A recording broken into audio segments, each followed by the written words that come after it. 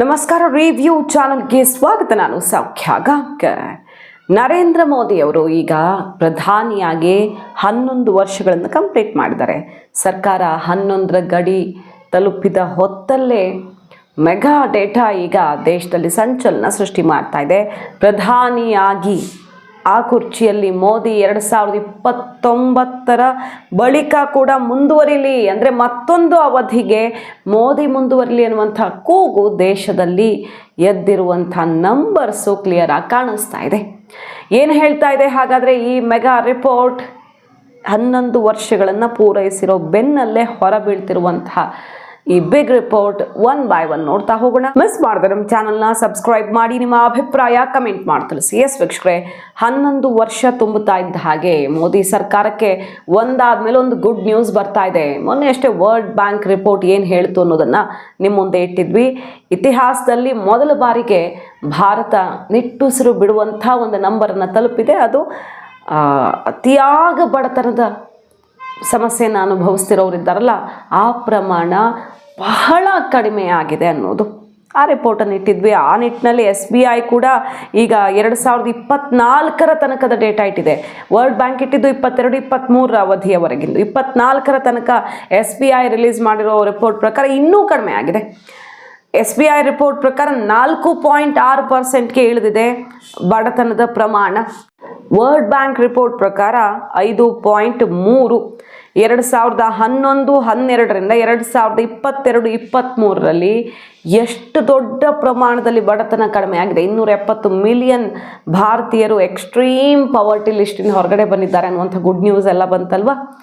ಈಗ ನೋಡಿ, ಭಾರತೀಯರು ಮೋದಿ ಮತ್ತೊಂದು ಅವಧಿಗೆ PM ಆಗಲಿ ಅಂತ ಬಯಸ್ತಿದ್ದಾರೆ. ಮತ್ತು ಯಾಕೆ ಬಯಸ್ತಿದ್ದಾರೆ ಅನ್ನುವಂಥ ರಿಪೋರ್ಟ್ ಹೊರಬಿದ್ದಿರೋದು ಒಂದು ಪ್ರತಿಷ್ಠಿತ ಸರ್ವೆ ರಿಪೋರ್ಟ್. ಇದು ಸಿ ವೋಟರ್ ಇಂಡಿಯಾ ಟುಡೇ ಮಾಡಿರುವಂತಹ ಸರ್ವೆಯಲ್ಲಿ 11 ವರ್ಷ ಪೂರೈಸಿರುವಂತಹ ಬೆನ್ನಲ್ಲೇ ಈ ಸರ್ವೆಯಲ್ಲಿ ಹೊರಬಿದ್ದಿರುವಂಥ ಅಂಕಿಅಂಶಗಳು ಏನು ಹೇಳ್ತಿವೆ ಡಿಟೇಲ್ ಆಗಿ ನೋಡ್ತಾ ಹೋಗೋಣ. ಮೊದಲನೇದಾಗಿ, ನರೇಂದ್ರ ಮೋದಿ ಅವರು 2029ರ ಬಳಿಕವೂ PM ಆಗಿರಬೇಕು ಅಂತ ಹೇಳಿದವರು ಎಷ್ಟು? NDA ವೋಟರ್ಸು, ಅಪೋಸಿಷನ್ ವೋಟರ್ಸು, ಇತರರು, ಓವರ್ ಆಲ್ ಎಲ್ಲ ರೀತಿಯಲ್ಲಿ ಲೆಕ್ಕ ಹಾಕಲಾಗಿದೆ.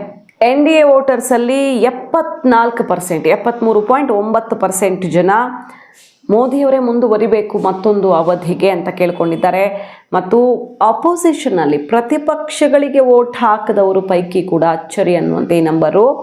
ಪ್ರತಿಪಕ್ಷಗಳ ಪರವಾಗಿ ವೋಟ್ ಹಾಕಿದವರು ಕೂಡ ಮೋದಿ ಇರಬೇಕು ಪ್ರಧಾನಿಯಾಗಿ ಅಂತ ಹೇಳ್ತಿರೋರು 46%. ಅಂದರೆ ಅಚ್ಚರಿಯಾಗಬಹುದು. ಇತರೆ 46.8. ನರೇಂದ್ರ ಮೋದಿ ಅವರು ಮಾಡಿರುವಂತಹ ಬದಲಾವಣೆಗಳು ಮತ್ತು ಅಭಿವೃದ್ಧಿ ನಿಟ್ಟಿನಲ್ಲಾಗಿರುವಂತಹ ಬೆಳವಣಿಗೆಗಳಲ್ಲಿ ಯಾವುದು ಅತ್ಯಂತ ಪ್ರಮುಖ ಮತ್ತು ಯಶಸ್ವಿಯಾದದ್ದು ಅಂತ ಪ್ರಶ್ನೆ ಕೇಳಿದಾಗ ಅತಿ ಹೆಚ್ಚು ಮತ ಬಿದ್ದಿರೋದು ಡಿಜಿಟಲ್ ಇಂಡಿಯಾಗೆ.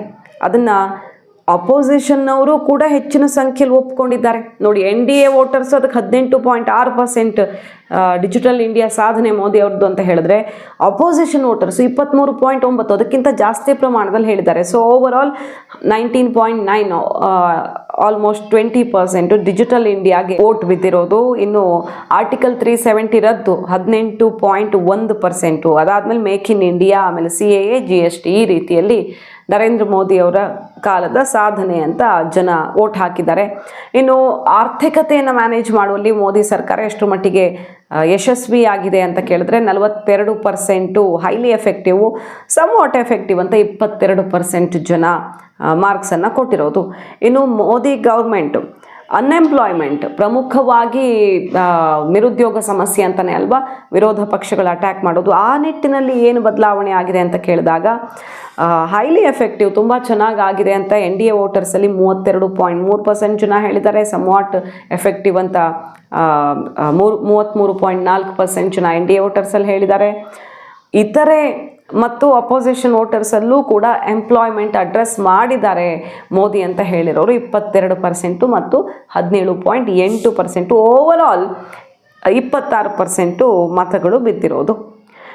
ಉಳಿದಂತೆ ಕೌಂಟರಿಂಗ್ ಟೆರರಿಸಮ್, ಈ ಭಯೋತ್ಪಾದಕತೆ ನಿಗ್ರಹಿಸುವಲ್ಲಿ ಮೋದಿ ಸರ್ಕಾರದ ಸಾಧನೆ. ಮೊನ್ನೆಯಷ್ಟೇ ಪಹಲ್ಗಾಮ್ ದಾಳಿ ಮತ್ತು ಆಪರೇಷನ್ ಸಿಂಧೂರ ಬೆನ್ನಲ್ಲೇ ಈ ಪ್ರಶ್ನೆ ಅತ್ಯಂತ ಮಹತ್ವದಾಗುತ್ತೆ.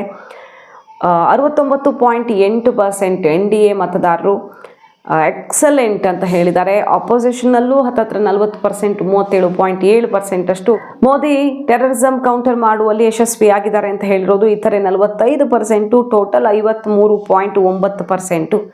ಭಾರತ ಸರ್ಕಾರ, ಈಗಿನ ಸರ್ಕಾರ ಭಯೋತ್ಪಾದಕತೆಯ ವಿರುದ್ಧ ಹೇಗೆ ಕಾರ್ಯಾಚರಿಸಿದೆ ಅನ್ನೋದಕ್ಕೆ ಸಿಗ್ತಿರುವಂಥ ಮಾರ್ಕ್ಸು. ಗ್ಲೋಬಲ್ ಸ್ಟ್ಯಾಂಡಿಂಗಲ್ಲಿ ಇದು ಕೂಡ ಅತ್ಯಂತ ಮಹತ್ವದ್ದು. NDA ವೋಟರ್ಸಲ್ಲಿ 71.5% ಜನ ಮೋದಿ ಅತ್ಯುತ್ತಮವಾಗಿ ಈ ಒಂದು ನಿಟ್ಟಿನಲ್ಲಿ ಗ್ಲೋಬಲ್ ಸ್ಟ್ಯಾಂಡಿಂಗಲ್ಲಿ ಭಾರತಕ್ಕೆ ಕೊಡುಗೆ ಕೊಟ್ಟಿದ್ದಾರೆ ಅಂತ ಹೇಳ್ತಿದ್ದಾರೆ. ಆಪೋಸಿಷನಲ್ಲೂ ಕೂಡ ವಿರೋಧ ಪಕ್ಷಗಳಿಗೆ ವೋಟ್ ಹಾಕಿದ ವೋಟರ್ಸಲ್ಲೂ ಕೂಡ 41% ಇದಕ್ಕೆ ಜಯ ಅಂತಿದ್ದಾರೆ. ಇತರೆ 46%, ಟೋಟಲ್ ಆಗಿ 56% ಗ್ಲೋಬಲ್ ಸ್ಟ್ಯಾಂಡಿಂಗ್ಗೆ ಸಂಬಂಧಪಟ್ಟಂತೆ, ಅಂದರೆ ಭಾರತದ ಸ್ಥಾನಮಾನ ಜಾಗತಿಕವಾಗಿ ಹೆಚ್ಚಿಸುವಲ್ಲಿ ಇವರ ಕೊಡುಗೆ, ಮೋದಿಯವರ ಕೊಡುಗೆ ಅನ್ನುವಂಥ ಪ್ರಶ್ನೆಗೆ. ಸೊ ಈ ಎಲ್ಲ ವಿಭಾಗಗಳಲ್ಲಿ ಗಮನಿಸಿದ್ರೆ ನಾವು NDAಗೆ ಮತ ಹಾಕಿದವರು ಅಥವಾ BJPಗೆ ಮತ ಹಾಕಿದವರು ಅಷ್ಟೇ ಅಲ್ಲ, ಆಪೋಸಿಷನ್ಗೆ ವೋಟ್ ಹಾಕಿದವರಲ್ಲೂ ಕೂಡ ಮೋದಿ ನಾಯಕತ್ವವನ್ನು ದೊಡ್ಡ ಪ್ರಮಾಣದಲ್ಲಿ ಮೆಚ್ಚಿಕೊಂಡಿದ್ದಾರೆ ಮತ್ತು ಮೋದಿ ಕಾಲದ ಬದಲಾವಣೆಗಳು, ವಿವಿಧ ಐತಿಹಾಸಿಕ ನಿರ್ಧಾರಗಳ ಕಡೆಗೆ ಒಲವು ತೋರಿಸಿದ್ದಾರೆ ಅನ್ನೋದು ಕ್ಲಿಯರ್ ಆಗಿ ಕಾಣಿಸ್ತಾ ಇದೆ. ಮತ್ತೊಮ್ಮೆ ನರೇಂದ್ರ ಮೋದಿಯವರು ಪ್ರಧಾನಿಯಾಗಬೇಕು, ಈ ದೇಶ ಅಭಿವೃದ್ಧಿಯ ಸರಿಯಾದ ದಾರಿಯಲ್ಲಿ ಸಾಗಬೇಕಂದ್ರೆ ಅನ್ನುವಂಥ ಅಭಿಪ್ರಾಯ ಬಹುಪಾಲು ಜನರು ಹೊರಹಾಕಿರೋದು ಮಾತ್ರ ಗಮನ ಸೆಳೀತಾ ಇದೆ. ಈಗಾಗಲೇ BJP ಒಳಗಡೆನೇ ಒಂದು ಸಣ್ಣ ಚರ್ಚೆ ನಡೀತು. ಮಧ್ಯದಲ್ಲೆಲ್ಲ ಒಂದಿಷ್ಟು ಜನ ಸುಬ್ರಹ್ಮಣ್ಯನ್ ಸ್ವಾಮಿ ಅವರು ಇವರು ಮೋದಿ ಹೇಳಿದ್ದಾರೆ 75 ವರ್ಷ ಆಯಿತು, ಲಿಖಿತ ನಿಯಮ, ಅವರೇ ಹೇಳಿದ್ರೆ RSS ಇಳಿಸತ್ತೆ, ಇಂಥ ಮಾತುಗಳು ಬಂದವು. RSS ಮೋದಿ ನಡುವೆ ಡಿಫ್ರೆನ್ಸ್ಗಳಿವೆಯಾ ಅಂತ ಬಂತು. ಬಟ್ ಅದೆಲ್ಲವನ್ನೂ ಒಂದು ಹಂತಕ್ಕಂತೂ ಸರಿಪಡಿಸ್ಕೊಳ್ಳುವ ಕೆಲಸ ಆಗಿದೆ. RSS ಜೊತೆಗೆ ಸಂಬಂಧವನ್ನು ಮತ್ತೆ ಸರಿ ಮಾಡ್ಕೊಂಡಿದ್ದಾರೆ ಮೋದಿ ಅನ್ನೋದನ್ನು ಗಮನಿಸಿದ್ದೀವಿ ನಾವು. ಹಾಗಾಗಿ ಈಗ ಭಾರತ ಸಾಕ್ತಿರುವ ದಿಕ್ಕು ಅದು ಆರ್ಥಿಕತೆಯ ನಿಟ್ಟಿನಲ್ಲಿರ್ಬೋದು.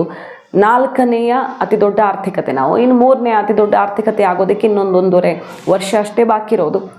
ಗ್ಲೋಬಲ್ ರೇಟಿಂಗ್ ಏಜೆನ್ಸಿಗಳು ಕೊಡ್ತಿರೋ ನಂಬರ್ಸು, ಯಾರು ಅತ್ಯಂತ ಜನಪ್ರಿಯ ನಾಯಕ ಅಂತ ಕೇಳುವಂಥ ಪ್ರಶ್ನೆಗಳಲ್ಲಿರಬಹುದು, ಮೂಡಿ ರಿಪೋರ್ಟಲ್ಲಿರಬಹುದು, ಅಥವಾ ನಮ್ಮ ಆರ್ಥಿಕ ಬೆಳವಣಿಗೆಯ ವೇಗದಲ್ಲಿರಬಹುದು, ಎಲ್ಲದರಲ್ಲಿಯೂ ಈಗ ಭಾರತದ ನಾಯಕತ್ವ, ಭಾರತ ಟಾಪ್ ಲಿಸ್ಟಲ್ಲಿರೋದು. ಮತ್ತು ಎಲ್ಲ ರಿಪೋರ್ಟ್ಸ್, ಈಗ ವರ್ಲ್ಡ್ ಬ್ಯಾಂಕ್ ರಿಪೋರ್ಟ್ ತಗೊಳ್ಳಿ, IMF ರಿಪೋರ್ಟ್ ತಗೊಳ್ಳಿ, ಎಲ್ಲರೂ ಹೇಳ್ತಿರೋದೇನು, ಭಾರತ ಈ ರೀತಿ ವೇಗವಾಗಿ ಬೆಳವಣಿಗೆ ಹೊಂದುತ್ತಾ ಇರೋದಕ್ಕೆ ಕಾರಣ, ವಿಶ್ವಸಂಸ್ಥೆ ಕೂಡ ಮೊನ್ನೆ UN ಕೂಡ ಅದನ್ನೇ ಹೇಳ್ತು, ಭಾರತ ಇಷ್ಟು ವೇಗವಾಗಿ ಬೆಳವಣಿಗೆ ಹೊಂದುತ್ತಾ ಇರೋದಕ್ಕೆ ಕಾರಣ ಇಲ್ಲಿ ಆಗಿರುವಂಥ ಇನ್ಫ್ರಾಸ್ಟ್ರಕ್ಚರ್ ಮೇಲಿನ ಇನ್ವೆಸ್ಟ್ಮೆಂಟು, ಬೆಳವಣಿಗೆ, ಮ್ಯಾನುಫ್ಯಾಕ್ಚರಿಂಗ್, ಸರ್ವಿಸ್ ಸೆಕ್ಟರ್ಲಾಗಿರುವಂಥ ಅಭಿವೃದ್ಧಿ. ನಾವಿವಾಗ ಬರೀ ಖರೀದಿ ಮಾಡೋರಾಗಿ ಉಳ್ಕೊಂಡಿಲ್ಲ, ಬದಲಾಗಿ ಮ್ಯಾನುಫ್ಯಾಕ್ಚರಿಂಗ್ ಮಾಡ್ತೀವಿ, ಸರ್ವಿಸ್ ಪ್ರೊವೈಡ್ ಮಾಡ್ತೀವಿ, ನಾವು ಎಕ್ಸ್ಪೋರ್ಟ್ ಮಾಡೋದ್ರಲ್ಲೂ ಕೂಡ ಈಗ ಮುಂಚೂಣಿಯಲ್ಲಿ ನಿಂತಿದ್ದೀವಿ. ಇದೆಲ್ಲವೂ ಭಾರತೀಯರನ್ನು ಮೋದಿ ನಾಯಕತ್ವ ಬೇಕು ಅನ್ನುವಂಥ ಆಕರ್ಷಿಸ್ತಾ ಇದೆ. ಮತ್ತೊಂದು ಅವಧಿಗೂ ಮೋದಿ ಇರಲಿ ಅನ್ನುವಂಥ ಹಂಬಲ ಈ ಸರ್ವೆಯಲ್ಲಿ ವ್ಯಕ್ತವಾಗಿದೆ. ಮಾಹಿತಿ ನಿಮ್ಗೆ ಇಷ್ಟ ಆಗಿದ್ರೆ ಮಿಸ್ ಮಾಡಿದ್ರೆ ನಮ್ಮ ಚಾನಲ್ನ ಸಬ್ಸ್ಕ್ರೈಬ್ ಮಾಡಿ, ನಿಮ್ಮ ಅಭಿಪ್ರಾಯ ಕಮೆಂಟ್ ಮಾಡಿ ತಿಳಿಸಿ. Thank you.